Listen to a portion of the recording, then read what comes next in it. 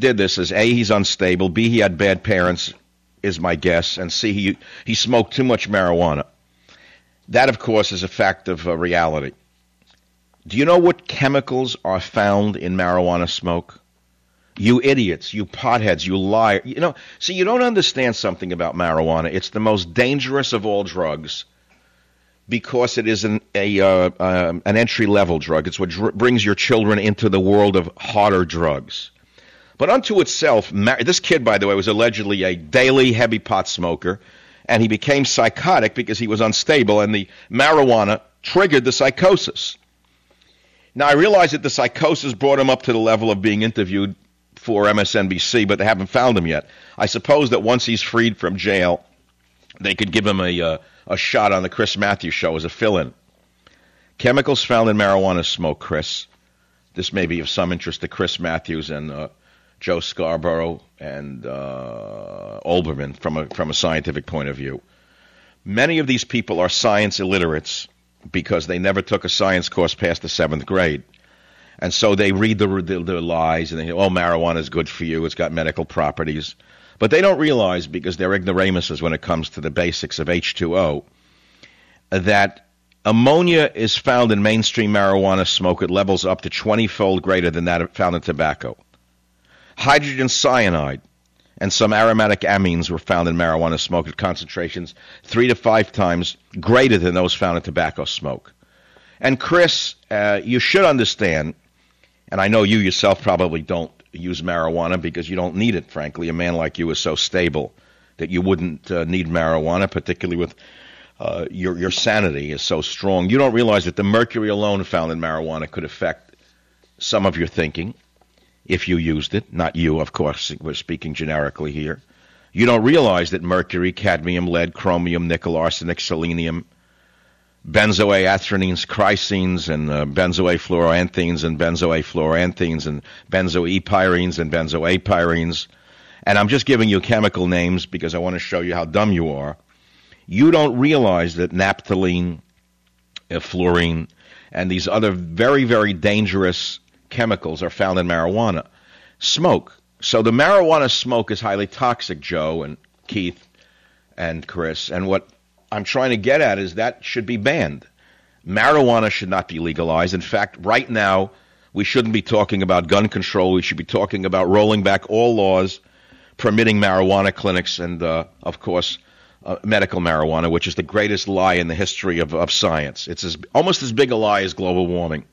There is absolutely no evidence that medical marijuana has any value whatsoever. Now, if there is a lessening of pain as a result of the tetrahydrocannabinol, you can get it from a pill. You don't need to get it from smoke because the smoke itself is toxic.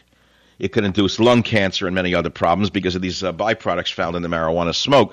And, of course, I try to explain that to a man who never went past the 7th grade in science, and he goes dull because he only reads George Soros's literature on the subject. Is John Wheeler America's Dr. David Kelly? Now, here's a test for Keith, Al, Chris, and Joe. Who is John Wheeler? They don't know. So they're busy blaming conservative talkers for the shootings in Arizona, but they don't even know who John Wheeler is.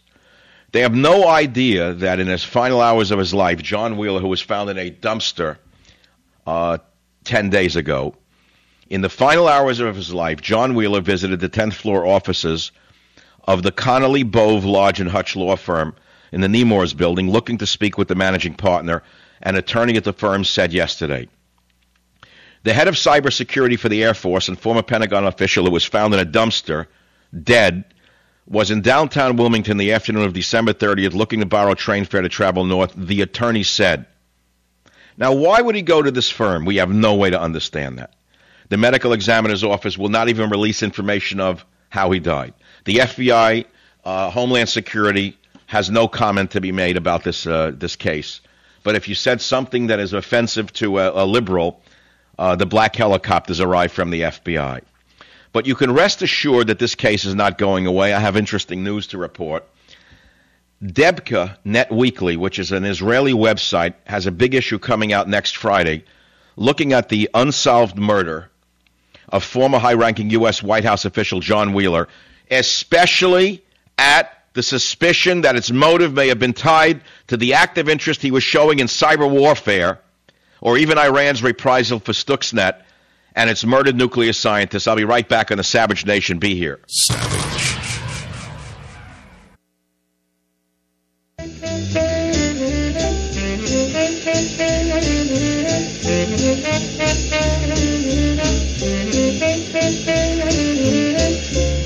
It is Mellow Mike Savage on the Savage Nation. No anger, no rage. We don't want to upset the liberals because they may have to get a double dose of tranquilizer over the next few days while they're plotting to pass gun control laws, BlackBerry control laws, microphone control laws, keypad control laws, anything that might frighten these jumpy little guys. We don't want to frighten them. They're like little sissies in a circus. That kind of works, doesn't mean it. Is John Wheeler America's Dr. David Kelly?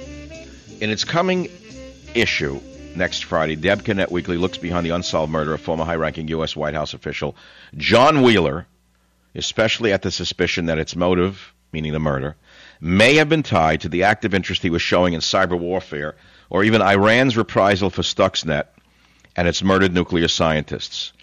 The Wheeler death brings to mind, they say, the case of the British biological warfare expert Dr. David Kelly, who died in the UK in 2003, 5 months after the U.S.-British invasion of Iraq. Both cases remain open. But, of course, if you utter a certain kind of phobic phrase, you'll be investigated by 500 FBI agents. This case remains open, of course. I was on the airplane over the... Oh, we still have the contest. I'm going to get to this shortly, why Chinese mothers are superior. Can a regimen of no play dates, no TV, no computer games, and hours of music practice create happy kids? And what happens when they fight back?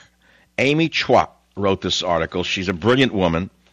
She is a Yale law professor and, of course, a mother of Chinese descent. No sleepovers, no play dates. Children can't be in a school play. They cannot watch TV or play computer games. They cannot choose their own extracurricular activities. They cannot get any grade less than an A. They cannot play any instrument other than the piano or violin. I suppose that Big Sis will arrest her for child abuse if she reads the article.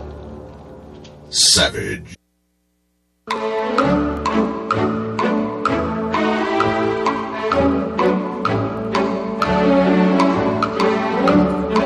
Hello, boys and girls. Welcome to the early radio show of the evening. It is the early show, the Savage Nation. And we've toned it down. We want to make certain that the liberal ninnies don't get too excited. We don't want to have them double up on their medication. So we're going to talk in quiet tones as though they're sissies or puppies. Basically, we don't want to frighten them any more than they've already been frightened. Everyone's so frightened in America now. Yes, a nation of frightened little ninnies. In fact, they're so frightened that Fox News itself put out a lie today that was picked up by the New York Times, Politico, and all of the other unreliable sources of propaganda in America. Did you hear this one? Oh, you didn't hear about it.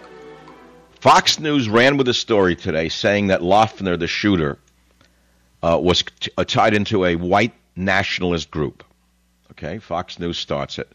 It's immediately picked up by who? You're not going to believe this. You ready for this? Fox News reports it, and it's picked up by Politico, the New York Times, and, of course, the Associated Propagandists, AP, following Fox, citing the network or local authorities as sources, saying that the shooter was a member of an American nationalist group. Jared Loeffner's supremacist tie debunked. I'll read you the story. It's on michaelsavage.com. It's the top story on the right. Read it yourself. I don't have the time to read you the whole thing. An Arizona law enforcement agency is backing away from a document it produced in the aftermath of Saturday shootings in Tucson, and which was leaked to Fox News, a very reliable source, that linked the man accused with carrying out the crimes to a white nationalist publication. After Fixed News began citing the document in its broadcasts, initially describing it as a memo from the Department of Homeland Security, the story, which was a lie, was picked up by other media, which suggested that the federal government was looking at the role of the publication American Renaissance in motivating the shootings. David Denlinger, commander of the Arizona Counterterrorism Information Center, acknowledged that the document came from his agency. Okay? This is right out of the Soviet Union, by the way. In a sane democracy, David Denlinger would be arrested, by the way, for disseminating this kind of hatred after a shooting like this. He'd be arrested for this crime of disseminating misinformation. Okay? He said, but it contained errors and overstated the link between Jared Loughner, the 22-year-old pothead, loser, loner, charged with shooting Rep. Gabrielle Giffords and others outside a Tucson supermarket, and the publication American Renaissance. Ready for this? Denlinger, an Arizona State Police major who should be stripped of his pension if this is true, told Politico today, I do have no reason, listen, I do have no reason, not I have no reason, I do have no reason to believe in anything that we did that Loughner had any direct connection or was being directed by American Renaissance. Listen to this. I want to read you this again. Denlinger, an Arizona State Police major, said this, I do have no reason to believe in anything that we did that Loughner had any direct connection or was being directed by American Renaissance. This is who's in the police departments now in Arizona. Denlinger, the disinformation specialist, in my opinion, said this. He said the document was never intended for public dissemination. It was not also a police report or even a record that is in our system. It was simply two people that put a quick summary together for their bosses in terms of, here are some of the things that are being looked at right now. Jared Taylor, American Renaissance's founder and editor, denied any connection with Loughner when contacted by Fox News reporter James Rosen on Sunday. Rosen read his denial on the air, including an assertion that the document was complete nonsense. He said, I have absolutely no idea what DHS is talking about. Look, anything that comes from Janet Sterno, Janet Sterno's descendant here, is certainly unreliable. A spokesmouth for Fixed News Network did not respond to questions about Fox's reporting on the fake document, though Rosen, in a Monday on-air segment, reported that subsequent law enforcement memos didn't mention American Renaissance. Of course, but the damage had been done already by the Fixed News Corporation. The magazine and New Century Foundation advocate a strain of white separatism that holds that many of America's social ills are due to racial diversity, forced integration, and waves of minority immigration. Well, they're entitled to their opinion. But the fact of the matter is they didn't say any of these things. It was made up in whole by this dumb moron in the Arizona Sheriff's Department. But Politico, the New York Times, and the Associated Press followed Fox News and its dissemination of this lie, either citing the Fixed News Network or so-called local authorities as sources. And Denlinger said he planned to call Taylor Tuesday to explain how his group was implicated. Now listen to this, it gets even better. The document, which was made up, by the way, which Denlinger, the cop, described as an email, quote, one of the detectives in the center authored to his supervisor, just simply mentioning the brainstorming. This guy is some putz. He can't even compose an English sentence. One of the detectives in the center authored to his supervisor just simply mentioning the brainstorming just shows you what affirmative action has done to the police departments. Asserted that there is strong suspicion of a connection between Loughner and American Renaissance. Well, read it for yourself. Read it for yourself. But don't get angry